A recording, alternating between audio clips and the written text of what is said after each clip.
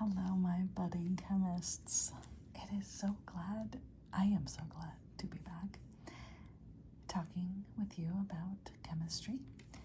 And I always really enjoy answering questions that I get. And a question that I recently received was about achiral versus chiral molecules. So I would like to spend our time together today talking about that. And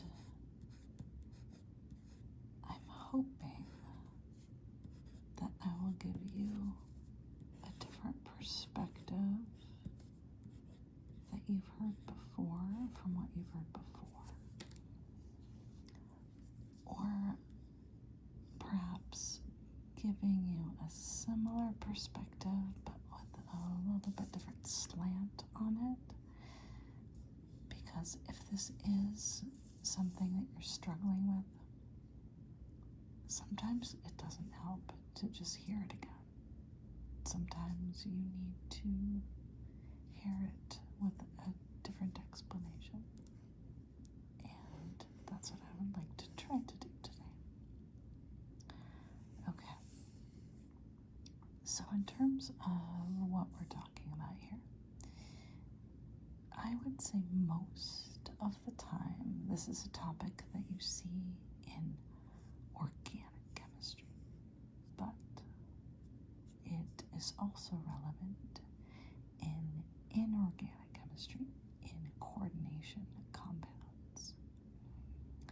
But the examples that I'll be giving will be organic because I love, whoops.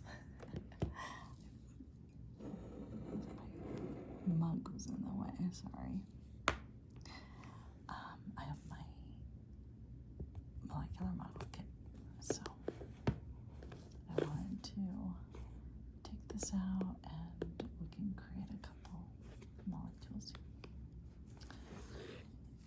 Alright, so what are we talking about here?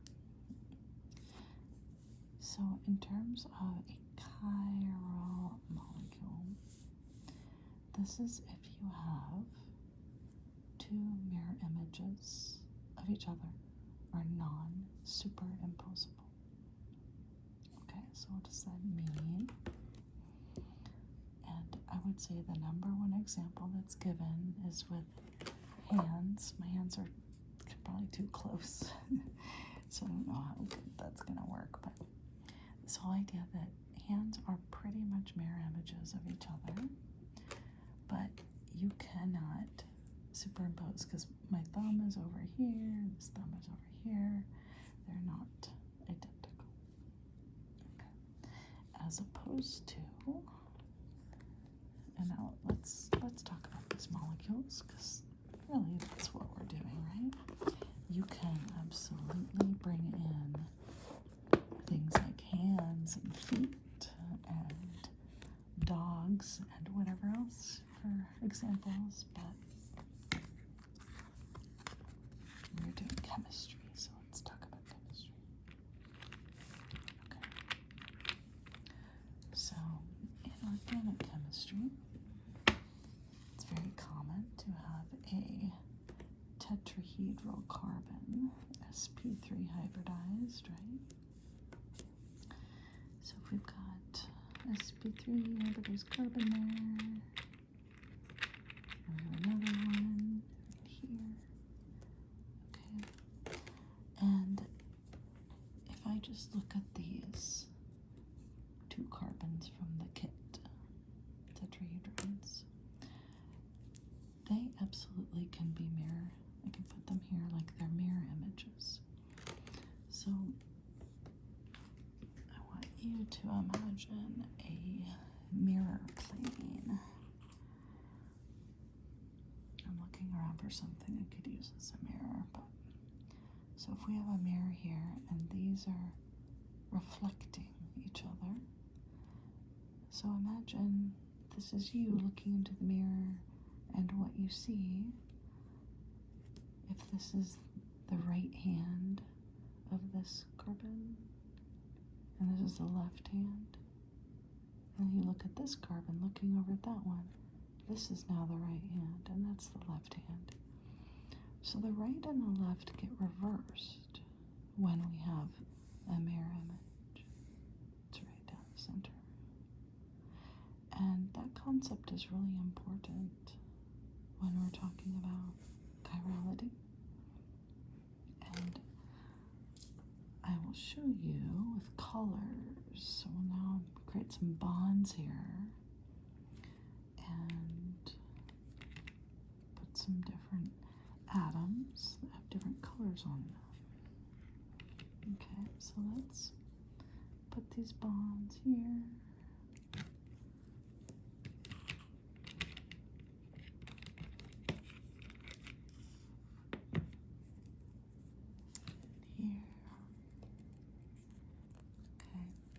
So on this particular carbon, I put all the bonds, and now let's imagine we have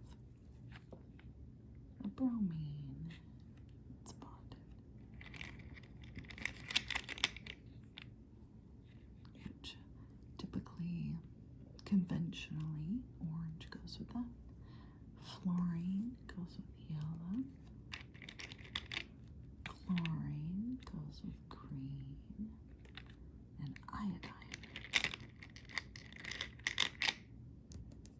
purple. So I have put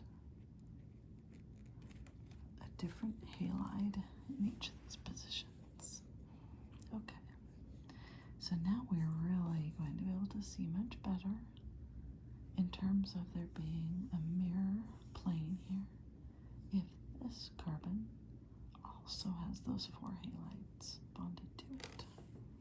So let's do that. About this one.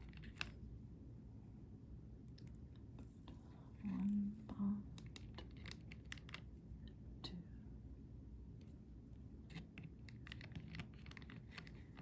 3, 4. Okay, there's our 4 bonds. Now halides here so that it's truly showing the mirror image. Okay, so if this is our mirror, then we would expect to see the chlorine straight across from that chlorine, right? And this iodine here, same with that. Here, get my iodine. Okay. Alright.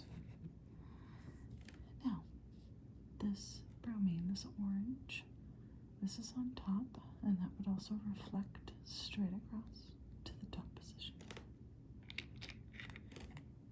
Put this here.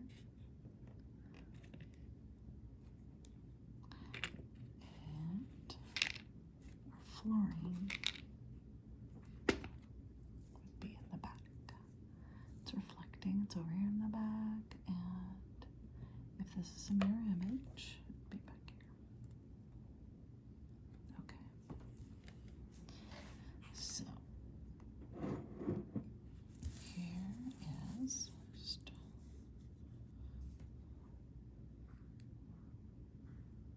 these two are called optical isomers. Okay, so that term optical used when we have something like a mirror plane here that is making them mirror images of each other, but otherwise we have the same number of each one of these atoms. Both of these have 1 carbon, 1 bromine, 1 iodine, 1 chlorine, and 1 fluorine. Okay, so in terms of chemical composition, if we're just counting up the atoms, theirs are identical. But if we are looking at structurally and various specifically that they're mirror images of each other. And one more thing, they are not identical because we cannot superimpose them. Okay, so let's try to put them next to each other, and let's try to convince ourselves that they are identical. So I'm going to line up the chlorine and the bromine. See how these are lined up? And so in that way, this molecule is identical. We have the black carbon in the center. We have these two green chlorines next to each other. And we have 109.5 bonding here to the bromine. So that part looks good, okay? But let's look at the rest of these molecules. Oh boy, here's where the trouble is, right? Here we have a fluorine, but on the other molecule is iodine. Iodine, fluorine. So those do not match up. So we could say, okay, well, let's match up the iodine and the fluorines. Let's get those matched up. But look what happens. The chlorine and the bromines now do not match up. So these molecules then are optically active. These are optical isomers, and they are chiral. Okay, these are examples of chiral molecules. All right. Now notice if you're just, say you don't have another molecule, let's say you don't have a molecular model kit to do this test.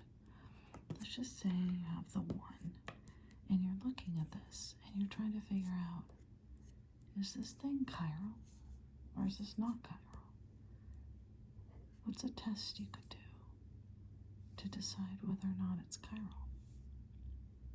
And one test that you can do is to look within the molecule itself.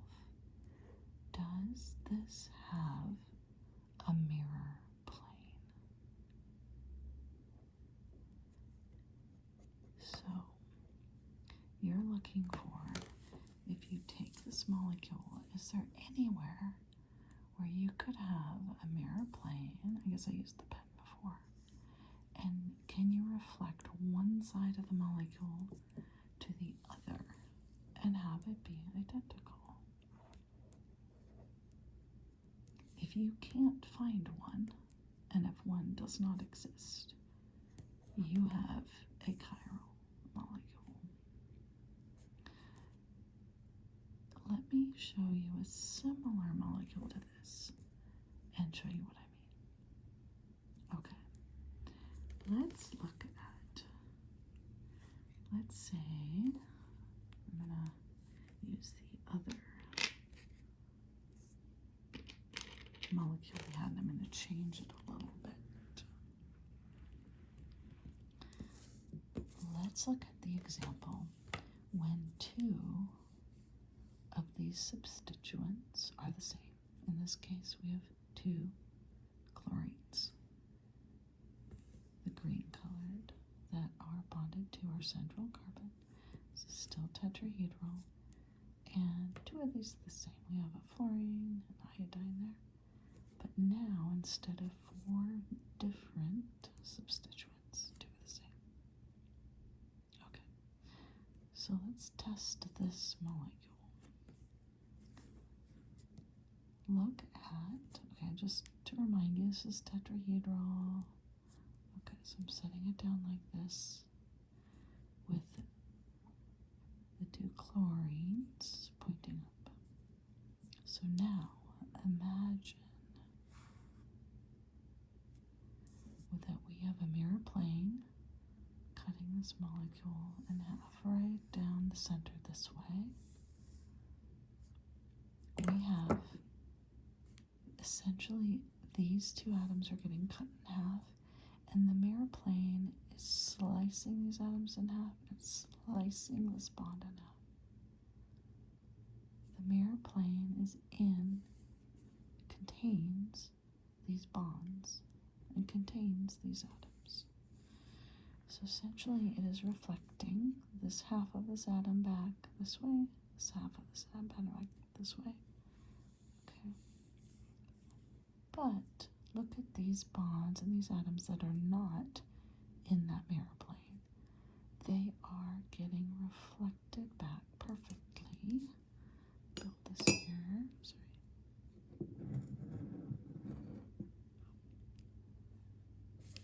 If our mirror plane is here, keep having to move my things here. Thank you for your patience. Okay. If our mirror plane is here, slicing this molecule like down the center here, it's reflecting this bond and this chlorine here over to this side. So this molecule does have a mirror plane, and thus this molecule is achiral. A in this case means not. It is not chiral. It does have a mirror plane. The fact that it has a mirror plane within the molecule itself means that if we were to take a mirror image of this, we would be able to create superimposable isomers. Once again, let's do an example of this so you can see it. I'll create another molecule so that I can also keep that chiral molecule intact. You can see this example. Okay, here's the 4 bonds. 1, 2, 3, and 4. Okay, and I'm going to create the mirror image of this molecule here that we just determined as agar.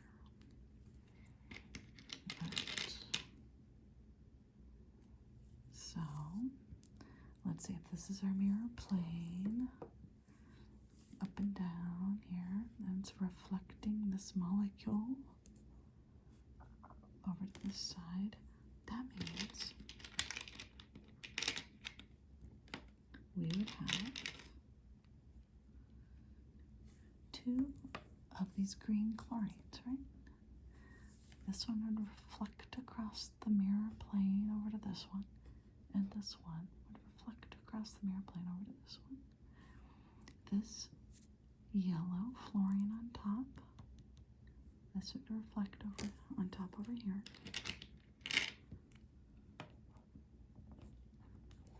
And finally, this back one, this iodine over here, would reflect to this iodine over here. It's funny, I had 3 chlorines on that one, but the iodine. Okay. All right.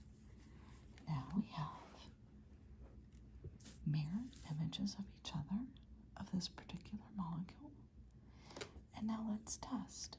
Can we superimpose these mirror images on each other? So let's take these 2 chlorines that are here, hold them up next to each other. Okay, that looks good, superimposable. And let's keep turning this molecule around. That looks good with the yellow fluorines and the green chlorines. And check it out, same with the purple iodines. These molecules are absolutely superimposable. Okay? So therefore, these two molecules are achiral. That also affects how they interact with polarized light. Both of these molecules would cause polarized light to behave in the same way. That topic is for a different video, talking more specifically about polarized light. What does that mean? And how are these molecules interacting? Okay. These two, achiral. They interact with polarized light in the same way. Whereas the chiral example that we looked at, this would rotate polarized light in one way, and its mirror image would rotate polarized light in the opposite direction. All right, so there is a little either introduction, or it could also be a review of achiral versus chiral with molecular structures, and specifically with these single carbon organic molecules with single substituents. These can, of course, get much more complicated, and we can go into details of larger molecules in a future video if you would like that.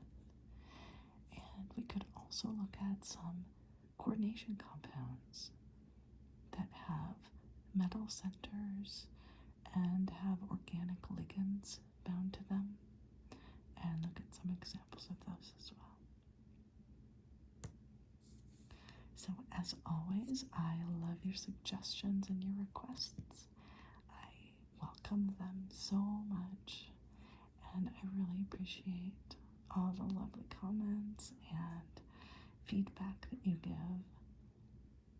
I also want to let you know that classes are starting soon for me, which means that my summer break is over, and the good news is it means I will be making more videos. So when I'm in the semester and I'm teaching, it means that I'm more in the mode of topics in chemistry and teaching and creating videos for you. So you can look forward to that, and I will look forward to it as well. So thank you so much, and I will see you in the next video. Thank you.